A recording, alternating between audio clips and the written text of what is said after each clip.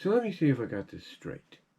Everybody is angry over something that has not officially been confirmed until possibly Tuesday. And yet, it's something that they've been wanting to see for a while. Now, I understand people will come out and feel that, WWE screwed Cody over. I mean, heck, we have a lot of people pretty much already calling for Cody not to re-sign, even though he probably already has, and to go back to AEW. In fact, some people I even saw said, "Hey, Cody, I got 2 tickets to an event on Wednesday in Phoenix. Why don't you join me? Come home." It, I hear that stuff, and it's like, it's like these people find any excuse or any reasoning in their minds to try to get AEW back to its prominence, even taking a shot at something that obviously Cody was made aware of in advance, and he could have said no to. He could have said no and try to work something else, out to make things, occur, the way, a lot of people believe they should or differently. But Cody's a businessman.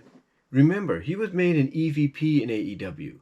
You don't make somebody an EVP of any company or promotion unless they have a savvy for business.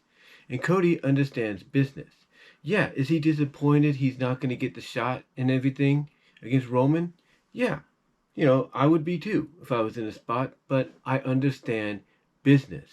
I understand business.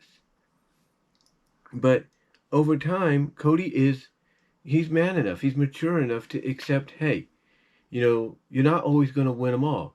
I mean, you heard what CM Punk said when he addressed his injury. When he says he's the best in the world, it doesn't mean he's not always going to win, And Cody pretty much, can take what CM Punk, said there to heart. That, hey, I'm not always going, to get, what I want right off the bat. Like, yeah, I may have told Roman, hey, you're the one I want at WrestleMania. But that doesn't mean, he's going to get her. I mean, going to get him. Sorry, my sister just messaged me there. But like I said, it doesn't mean he's going to get him. Sometimes things change. And you can, be angry with TKO for, further pushing, for this match to happen. You could be angry with them. You could be angry with The Rock for using his political pool to make this happen. And you have all the right to, you have all the right to that. Don't get me wrong. But again, if Cody is as valuable to them as they say he is, and he's a great representation, nobody has nothing but high praise for Cody, including The Rock. The Rock has high praise for Cody. And again, we have to remember, nothing's official yet.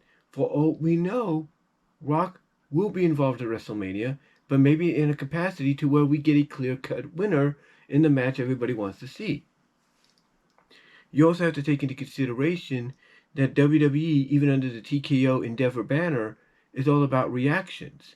And they're going to see the reaction they're getting negatively because of this possibility. And you also got to think about this too.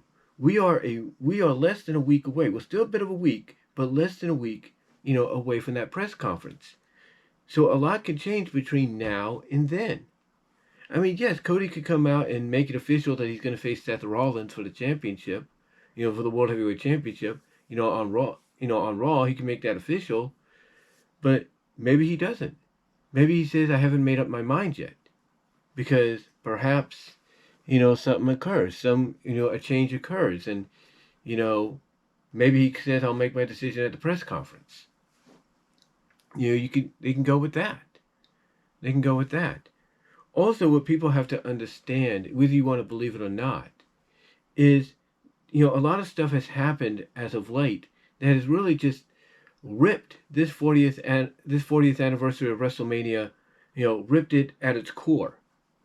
And, the things that have ripped it at its core were, CM Punk going down with an injury and Brock Lesnar being named, not, by name, but basically being indicated, by description, and being involved with this whole scandal that Vince McMahon, has been accused of and now pretty much has the feds coming after him for. So you can't blame, Triple H, because Triple H is in a situation. He's in a situation to where he's got to come up with a solution. And Dwayne probably went to him and said, "Look, I have the solution. I know it's not going to be a popular one, and we might have to change course or alter it a bit." But he probably went to him and said, "Hey, here's the solution that's going to fix our problems, hopefully. And if not, we can alter that as well." And Triple H scene probably had no other choice. It's like, yeah, I'll go with it. I'll do it. Even if he said no, what reports have said is true. Even if he said no, Rock would say, "Well, too bad. We're still going to do it because it's the only solution." And and I think people just fail to understand that. They fail to understand that whole scenario. Also, they seem to fail to understand that this was all set in motion. This was all set in motion back in summer of 2020 when Roman came back, turned heel, and went on to become the tribal chief, the head of the table, and thus created, the bloodline. People seem to forget that. This is almost 4 years of storytelling. Almost 4 years. The other thing they need to remember as well is when Rock came out on the day one edition of Monday Night Raw, he hinted at wanting a piece of the head of the table. Those seeds were planted even then. Those seeds were planted even then, and that was before the Royal Rumble. Basically, literally, a month before the Rumble. At the beginning of said month of Rumble, because Rumble took place on the last Saturday of January. So it was already set in motion. It was already set in motion.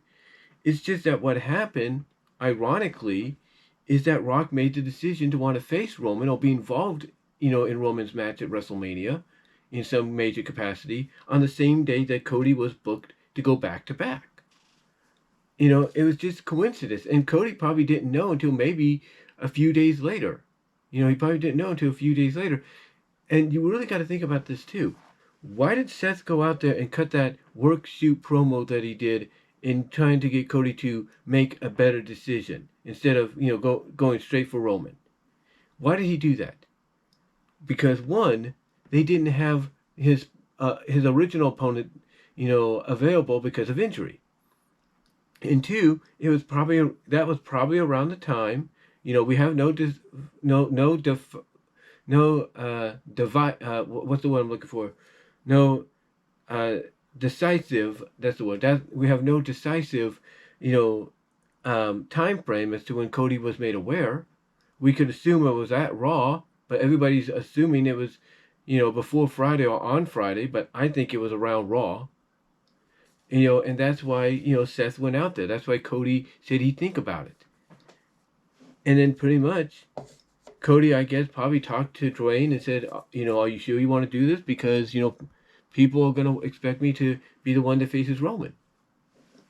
And Rock probably said, right now, that's the plan. That's what we need to do right now.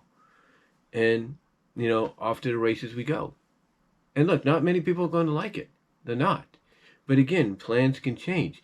Even those within WWE are hoping that the negativity this is getting right now, and it's getting negative, feedback from all over, not just here on YouTube, but Twitter, Facebook, Tumblr, Instagram, places like TMZ, USA Today, and ESPN, and all of them are covering it and pretty much all saying the same thing.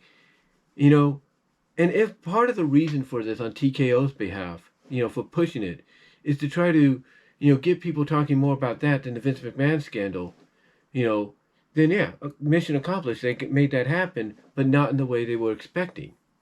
In fact, even the reports have said that they've underestimated the audience having the patience worn thin, or basically they don't know how thin an audience is. This particular audience, wrestling fans, how how thin the patience can get if they keep pushing things off and pushing things off and pushing things off. I mean, let's take a look at AEW, for example. Let's take a look at AEW. Everybody's been wanting Keith Lee and Swerve Strickland. And just when it looked like it was about to happen, what occurred? Keith Lee had to go out with an injury again because he needed to get, double knee, double hip, something operation. or double operation on his knees, which is going to keep him out for a while. So what did that do? That altered plans. That altered plans to where Lee's partner, Dustin Rhodes, had to take his place and pretty much get squashed by Swerve. The point I'm getting at is sometimes plans will go awry, and they don't always go the way we hope. So we have to be patient. Right now, a lot of people, in my opinion, are just venting their anger and their frustration. They're letting the emotions carry them away. Because they're automatically thinking that, just because a lot of the dirt sheets are saying this is the current plan and everything, doesn't mean it's going to be the plan they follow through with, especially if the negative feedback, gets to them or gets back to them, which I'm pretty sure it has, and they realize, okay, maybe we need to go back to the original plan, but change it up a bit to where, hey, you're still involved in this, but Cody still gets his moment. And that might happen too. And then also you got to look at the idea of there is a possibility that this is part of a bigger plan that would culminate at SummerSlam, if not sooner, with a unification of both championships, because the only reason they made the World Heavyweight Championship is because Roman was on that schedule. So if you unify the titles, and let's say the person that does it is Cody, then you don't have to worry about having two singular world titles anymore. You have one, and it's on a guy that can go back and forth between both shows and defend that championship as in the way that a full-time, champion should. So I think everybody, what they need to do, you have the right to your anger and everything, just cool your jets, and let's just